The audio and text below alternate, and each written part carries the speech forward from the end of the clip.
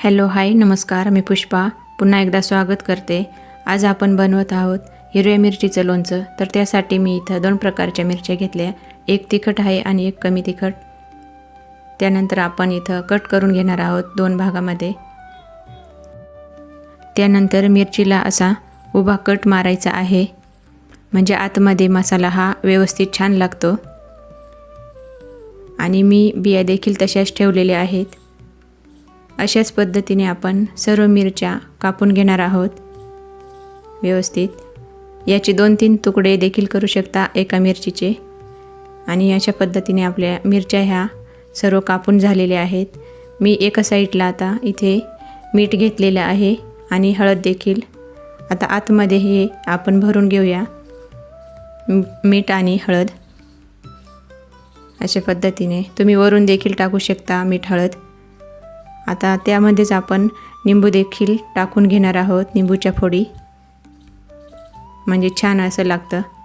व्यवस्थित असं मिक्स करून घेऊया आणि आपल्याला रात्रभर असं झाकून ठेवायचं आहे व्यवस्थित असं। त्यानंतर सकाळी बघू शकता मी इथे घेतलेलं आहे लसूण, लाल तिखट आणि मेथी। इथे बघू शकता पाणी कसं सुटलेलं आहे मिठामुळे। आपल्याला हे पाणी काढून टाकायचं आहे। मी एका भांड्यामध्ये मिरच्या काढून घेणार आहे, कोरड्या भांड्यामध्ये, म्हणजे जास्त दिवस देखील टिकू शकतं हे पाणी। इथे बघू शकता। त्यानंतर गॅसवर पॅन ठेवून घेऊया मसाले गरम करण्यासाठी। इथे मी मेथीचे दाणे घेतलेले आहेत, अर्धी वाटीपेक्षा कमी। 1 वाटी मी इथे घेतलेली आहे ओवा। त्यानंतर आपण घेणार आहोत बडीशोप 1 वाटी। मी इथे घेतलेले आहे जिरं 1 वाटी आणि धने देखील 1 वाटी घेतलेले आहे।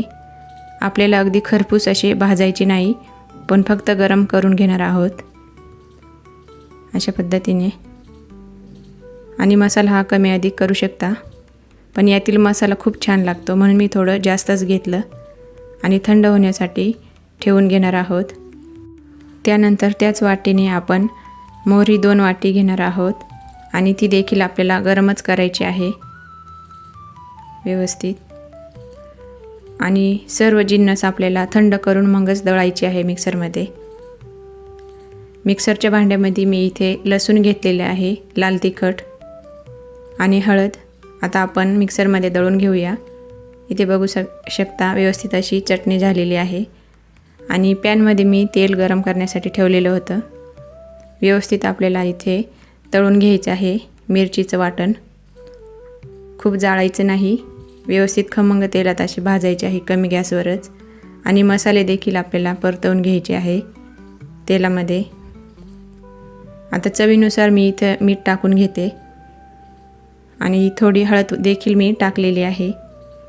व्यवस्थित परतवून घेऊया आणि आपण आता थंड करण्यासाठी ठेवूया व्यवस्थित, मगच आपल्याला मिरचीमध्ये टाकून घेणार आहोत। व्यवस्थित फॅनच्या हवेखाली आपण थंड करून घेतलं। त्यानंतर मी आता मिरचीवरून हे मसाला टाकून घेते सर्व आणि व्यवस्थित मिक्स करून घेऊया आपण। छान असं लागतं। आणि निंबू देखील मी टाकून घेतलेलं आहे। तेल थोडं कमी पडलेलं होतं म्हणून मी गरम करून थंड करून मग टाकलं। आणि आपलं मिरचीचं लोणचं हे तयार झालेलं आहे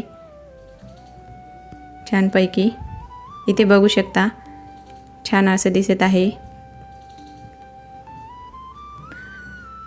आणि तुम्ही देखील करून बघा, नक्कीच आवडेल तुम्हाला। आता मी बरणीमध्ये ठेवून घेते व्यवस्थित। आणि कोणत्याही लोणच्याला ओलं हात लागलं तरच खराब होतं, मग ते आंब्याचं असो किंवा मिरची। त्यानंतर 2-3 दिवस लोणचं हे हलवून ठेवायचं, म्हणजे बुरशी लागत नाही, छान व्यवस्थित लागतं त्यानंतर मुरल्यानंतर। आणि व्हिडिओ आवडल्यास नक्कीच लाईक, शेअर आणि सबस्क्राईब करा। धन्यवाद।